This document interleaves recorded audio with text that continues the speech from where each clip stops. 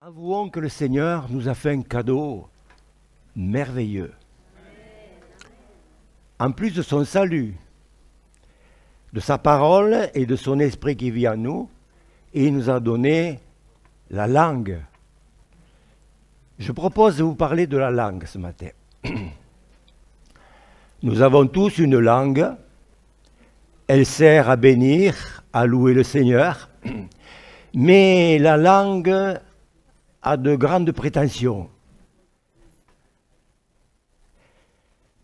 Ce matin, je voudrais vous sensibiliser sur la responsabilité, le pouvoir et la puissance de destruction de la langue, sur l'impossibilité de la dompter et sur la contradiction qui lui colle à la peau.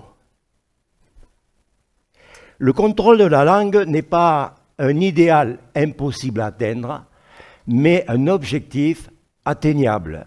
Amen. Un objectif atteignable.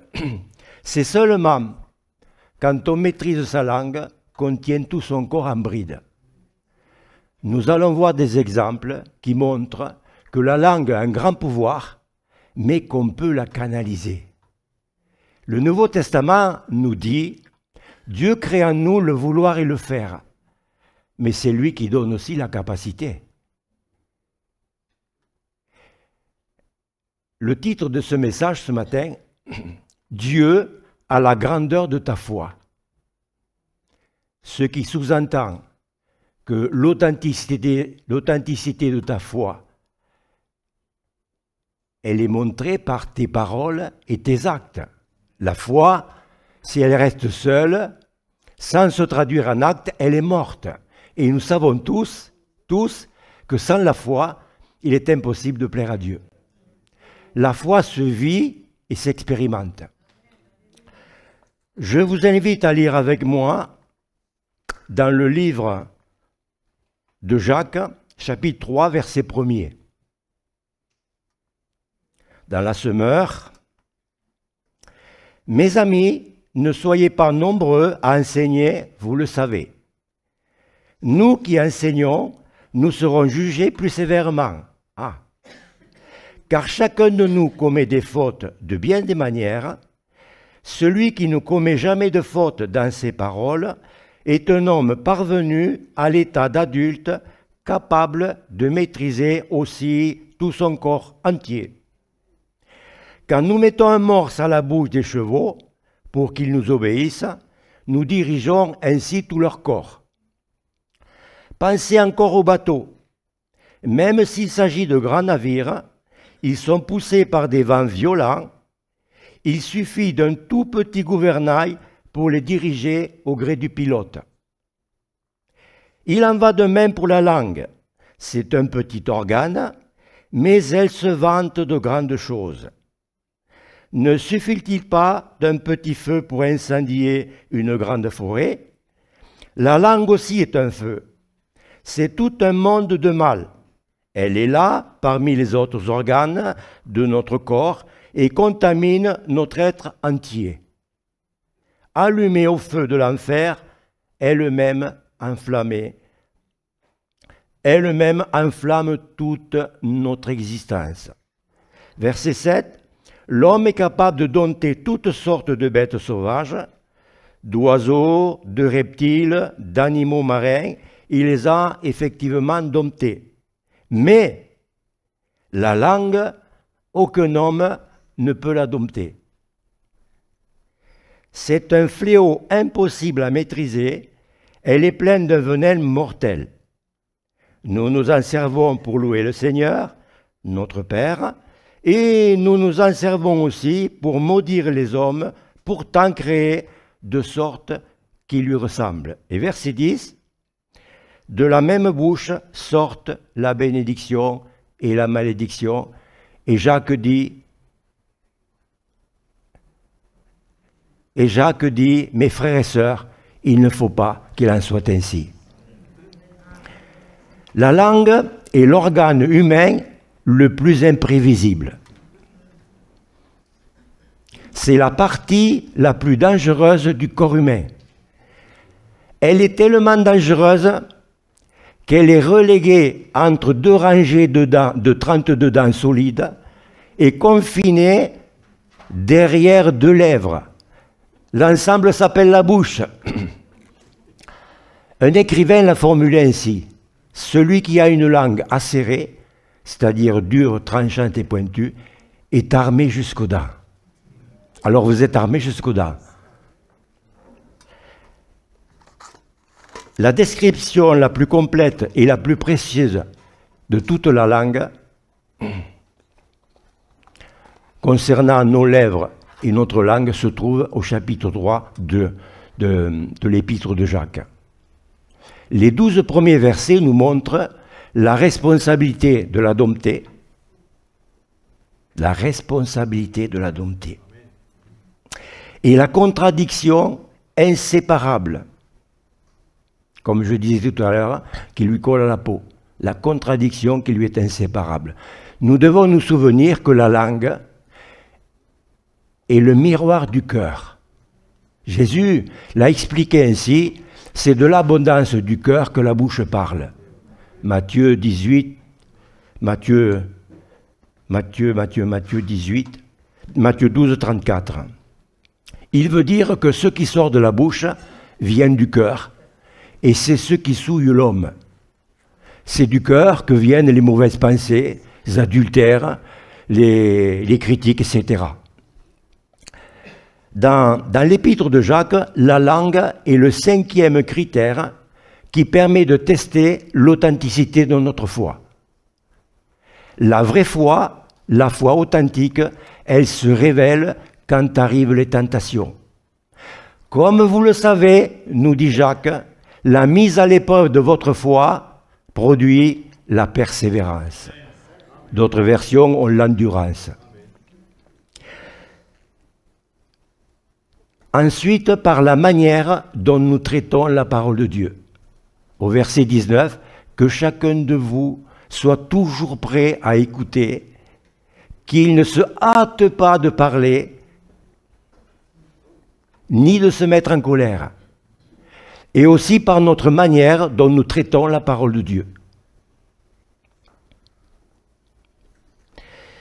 Et aussi par notre manière d'aimer notre prochain sans faire de considération de personne.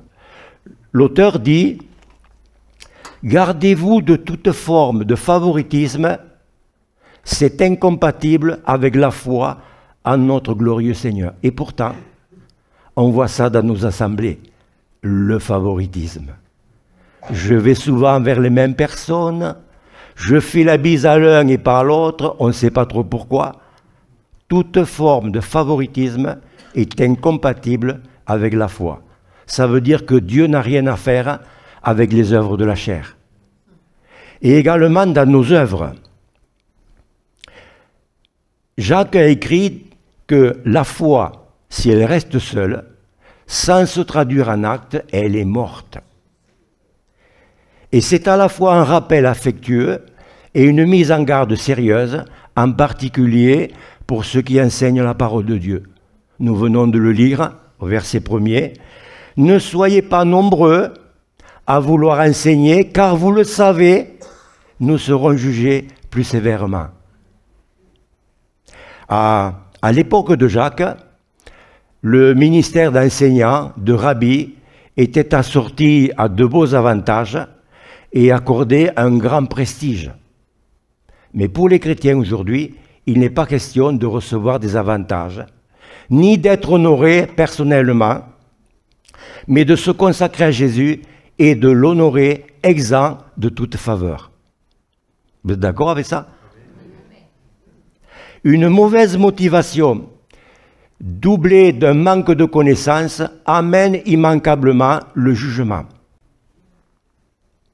Comme un enseignant connaît la volonté de Dieu de manière approfondie et qu'il doit y conformer sa vie, il devra être jugé plus sévèrement. Mais cet avertissement est salutaire parce qu'il nous protège des faux enseignements et des discours creux. 1 Timothée 6, 3. Si quelqu'un enseigne autre chose et s'écarte des saines paroles de notre Seigneur et de l'enseignement conforme à la piété, c'est un homme enflé d'orgueil. La responsabilité d'enseigner aux gens à emprunter la voie de Jésus et à y marcher est immense, mine de rien. Les destinataires de l'épître de Jacques n'étaient pas tous des enseignants officiels dans l'Église. Cependant, cet avertissement les concernait tous d'une certaine manière, car chacun d'entre eux, à l'époque, comme chacun d'entre nous aujourd'hui, a reçu l'ordre de mission de Jésus, allez et à enseigner-leur à mettre en pratique tout ce que je vous ai prescrit. Matthieu 28. Chacun de nous doit être le porteur et le message de l'Évangile. Si nous n'avons pas de réponse pour ce monde perdu, qui en aura?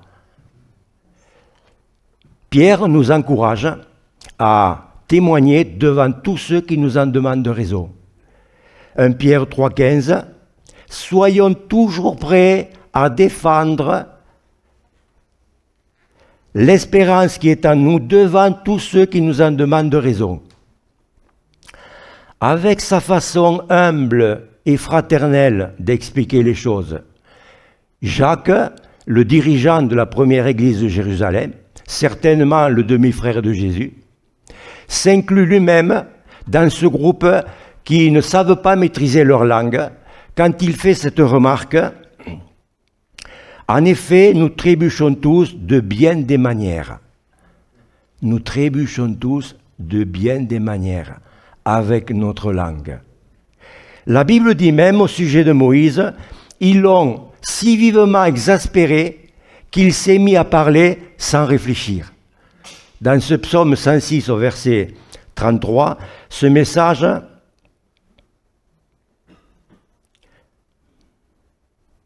ce n'est pas les merveilleux prodiges que Dieu parle, mais de l'incrédulité d'Israël à chaque instant.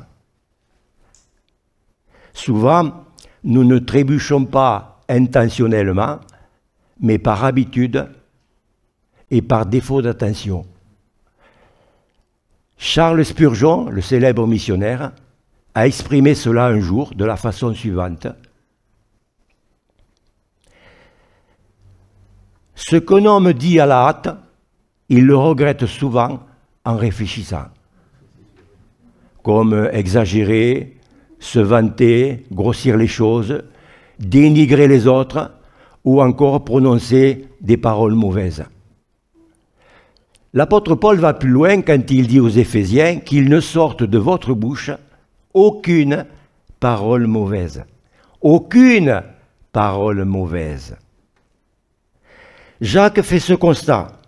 Si quelqu'un ne trébuche pas en parole, c'est un homme capable de tenir tout son corps en bride.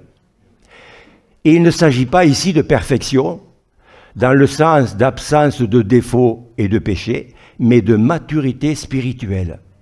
C'est seulement quand on maîtrise sa langue qu'on tient tout son corps en bride. On ne peut pas commettre tous les péchés à n'importe quelle heure et à n'importe quel moment, sauf les péchés que l'on commet en parlant. Par l'intermédiaire de la langue, nous sommes capables de pécher à tout moment. Cependant, Jacques ne nous dit pas qu'il vaut mieux se taire que de parler. Se taire n'est pas la solution, puisqu'il dit, si quelqu'un sait faire ce qui est bien et ne le fait pas, il commet un péché.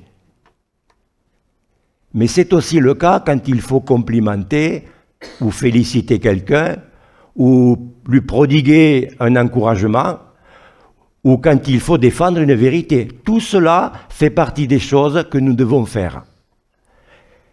Il ne s'agit pas ici de promouvoir un ascétisme, c'est-à-dire une vie austère qui amène la mort, mais il s'agit plutôt d'une discipline qui amène l'ordre. Proverbe 5 au verset 23, « Il périra faute de ne pas avoir été discipliné. » Il périra faute de ne pas avoir été discipliné. Dans l'Église, je me dois d'être discipliné. Je ne dis pas et je ne fais pas ce qui m'arrange. Je respecte les autres, je suis à ma place et j'évite d'être un sujet inquiétant pour la communauté. Nous sommes responsables de tout cela et nous devrons un jour rendre compte de nos agissements et de nos paroles inutiles. Matthieu 12, 36, c'est Jésus qui parle. Or, je vous le déclare, au jour du jugement, les hommes rendront compte de toute parole inutile qu'ils auront prononcée. En effet, c'est sur la foi de tes propres paroles que tu seras déclaré juste et c'est d'après elles que tu seras condamné. Je le rappelle, le contrôle de la langue n'est pas un objectif impossible à atteindre,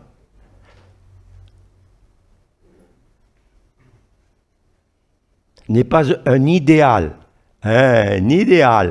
impossible à atteindre, mais un objectif atteignable. C'est ce que nous montrent les versets suivants par des exemples pratiques. Il nous explique aussi pourquoi nous parvenons à maintenir notre corps en bride si nous contrôlons notre langue. Quand on met le morse dans la bouche des chevaux pour qu'il nous soit utile, nous contrôlons également leur corps tout entier. Et pourquoi? Pour qu'il nous soit utile. Aucun cheval n'obéit de son propre gré. Voyez les navires, même très grands, poussés par des vents violents, ils sont conduits par un tout petit gouvernail au gré du pilote pour qu'ils aillent dans la bonne direction et finissent par arriver à bonne destination. Et puis vient le résumé. De même, la langue est un petit membre, elle peut se vanter de grandes choses. Ces exemples nous montrent que la langue a un grand pouvoir, mais qu'on peut la canaliser. Pourquoi faut-il contrôler la langue? Nous devons maîtriser notre langue parce que nous ne maîtrisons pas les conséquences de la puissance de destruction de la langue.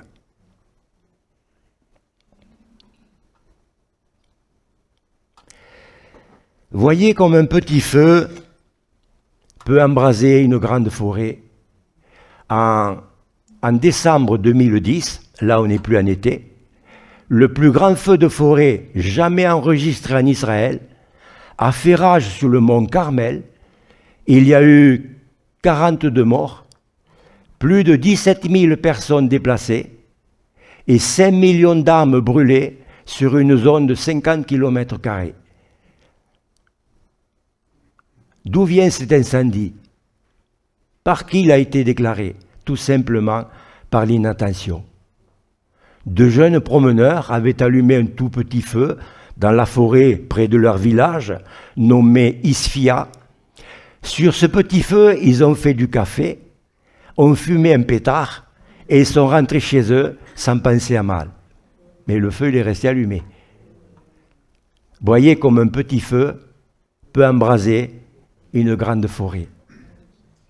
Mais il y a aussi une autre sorte de paroles qui sont particulièrement ravageantes. Comme l'a exprimé ce journaliste sportif du journal Atlanta Journal. Je cite, il parle bien sûr de la langue, il laisse parler la langue. « Je suis plus mortel que l'obus sifflant de obusiers. Je vins sans tuer. Je divise les foyers. Je brise les cœurs. Je détruis des vies. Je voyage sur les ailes du vent. Aucune innocence n'est assez folle pour m'intimider. Aucune pureté n'est assez pure pour me décourager. » Alors, je ne vous pose pas la question à savoir qui suis-je, vous allez me répondre le diable. Mais ce n'est pas la réponse. Je continue. Je ne me préoccupe pas de la vérité. Je n'ai pas de respect pour la justice et pas de pitié pour les gens sans défense. Mes victimes sont aussi nombreuses que le sable de la mer, et la plupart du temps tout aussi innocentes. Je n'oublie jamais et je ne pardonne que très rarement. Qui suis-je? Ou plutôt, mon nom est rumeur. La rumeur. La rumeur. Sur la rumeur, le Larousse dit ceci. Bruit confus de voix.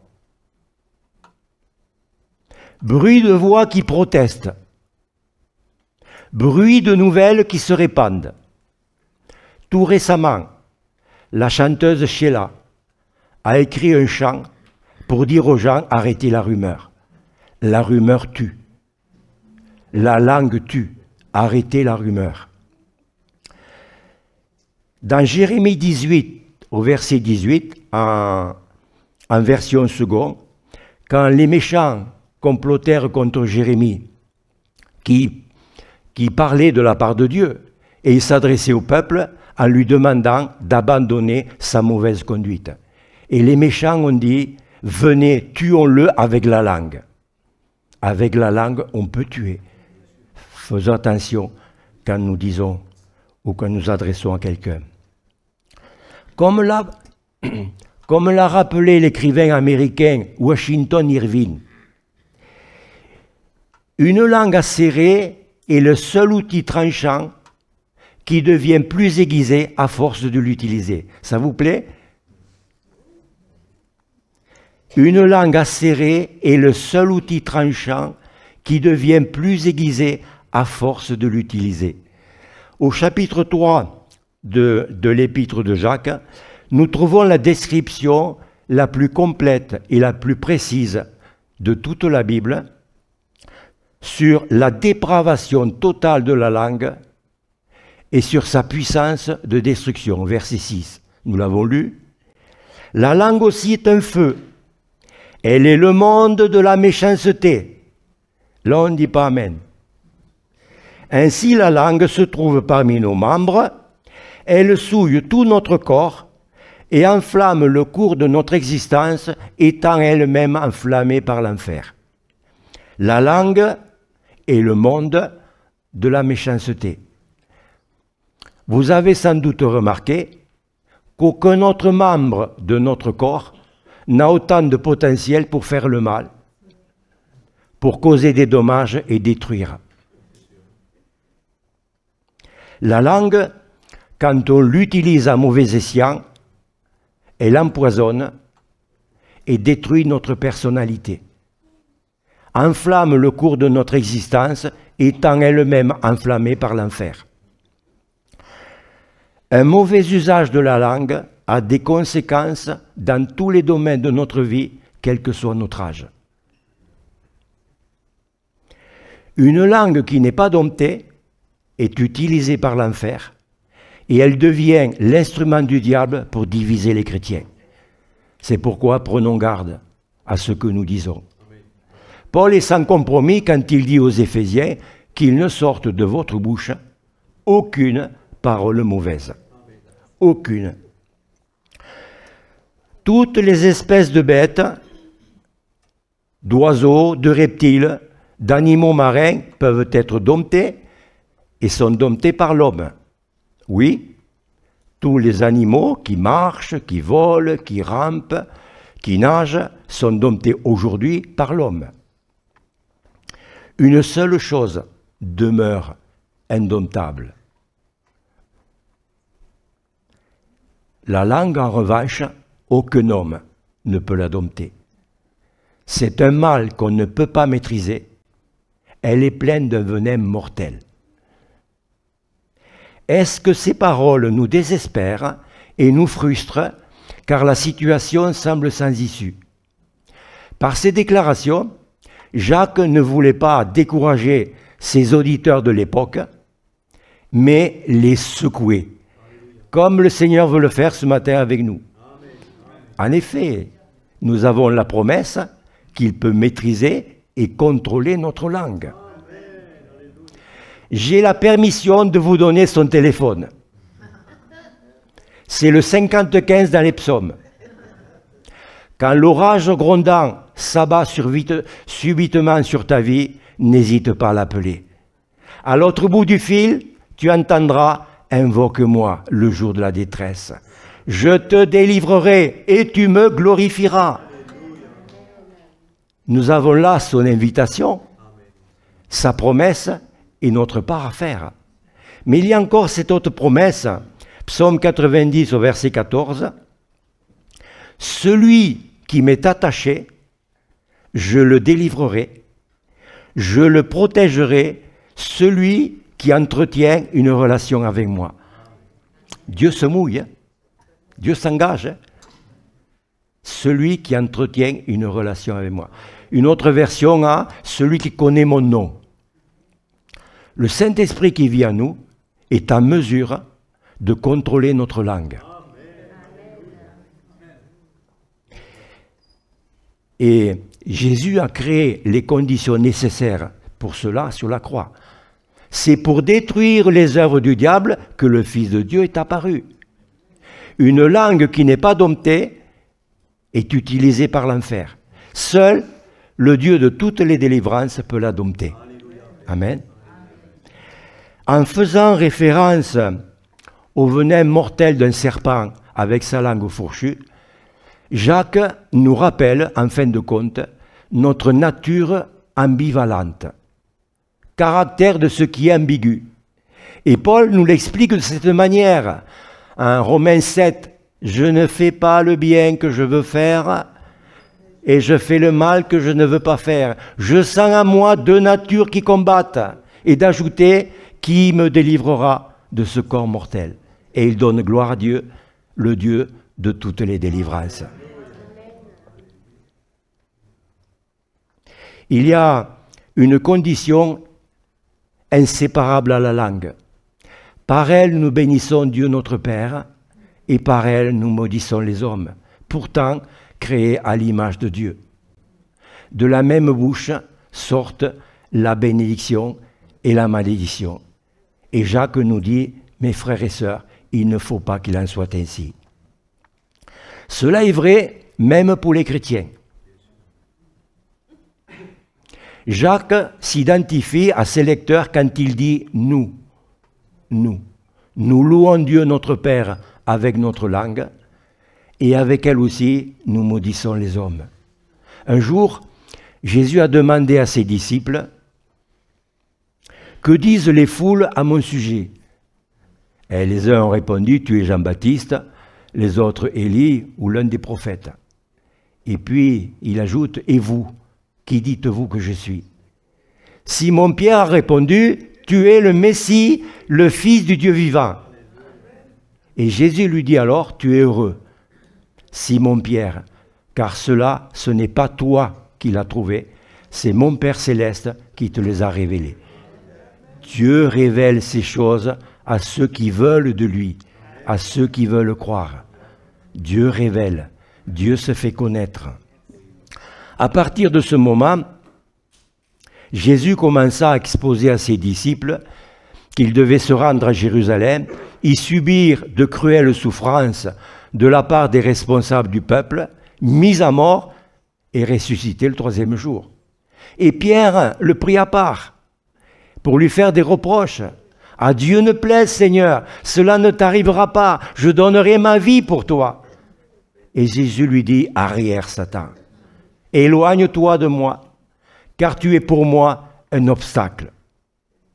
Car tes pensées ne sont pas celles de Dieu, ce sont des pensées toutes humaines. » En appelant Pierre Satan, Jésus ne veut pas dire que l'apôtre est possédé d'un démon ou assujetti au diable, mais que Pierre agissait et parlait comme l'aurait fait Satan, lui dont le nom signifie l'adversaire.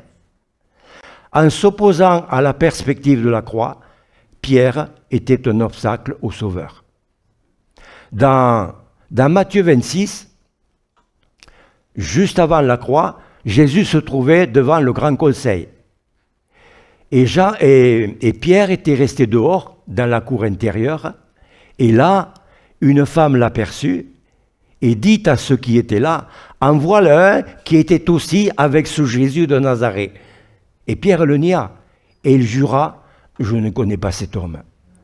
Ceci pour dire que chaque chrétien né de nouveau est appelé à se charger de sa croix tous les jours et à suivre Jésus. Mais quand la croix est abandonnée et réapparaît soudainement au loin, une voix intérieure lui suggère « À Dieu ne plaise, sauve-toi ». Ce sont parfois nos proches qui essaient de nous détourner de l'obéissance. Et dans ce cas-là, nous devons déclarer nous aussi « Arrière de moi, Satan, tu es pour moi un obstacle ». Concrètement, à peine le dernier chant du culte est fini, que l'on entend déjà les premières remarques. Tu as vu comment elle était habillée? Tu as vu sa coiffure? Ou tu es au courant de ce qu'il a fait?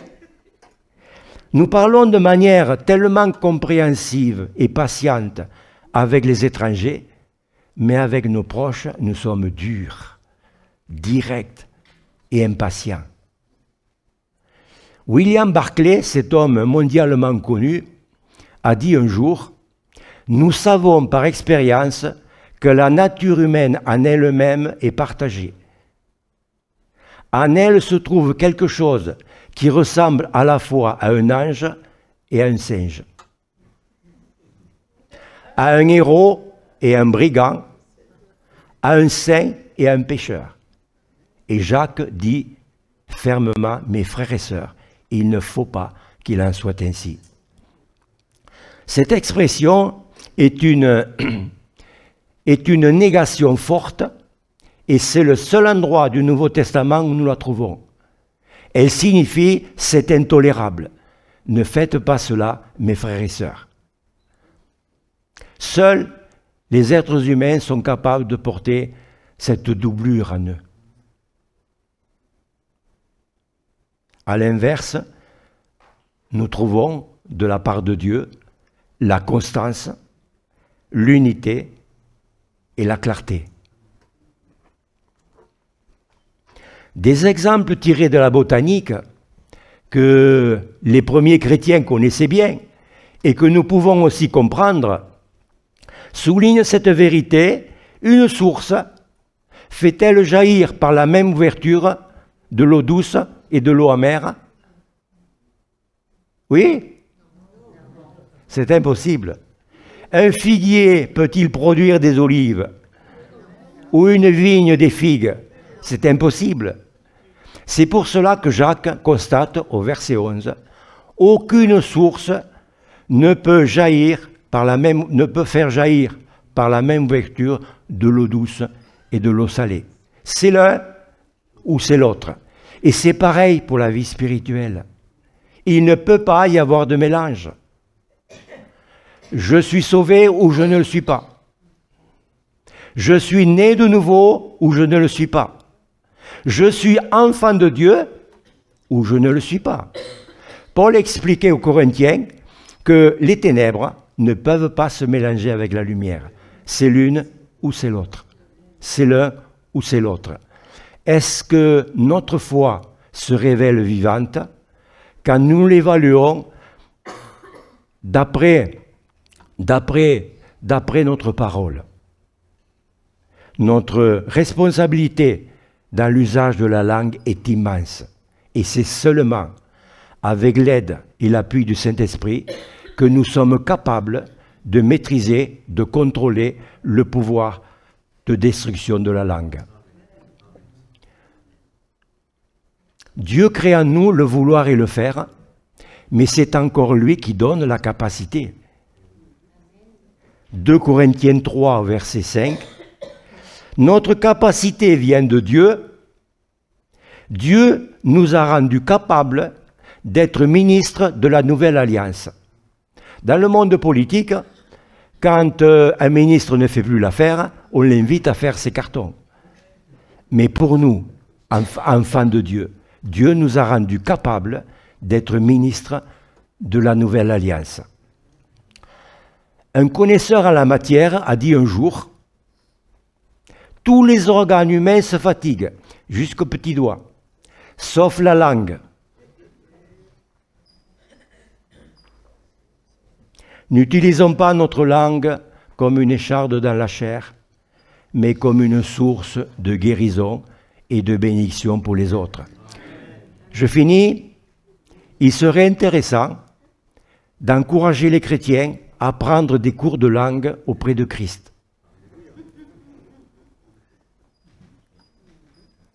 Pour y participer, il faut aussi avoir pris la décision de laisser le Saint-Esprit contrôler notre langue, comme l'a fait David.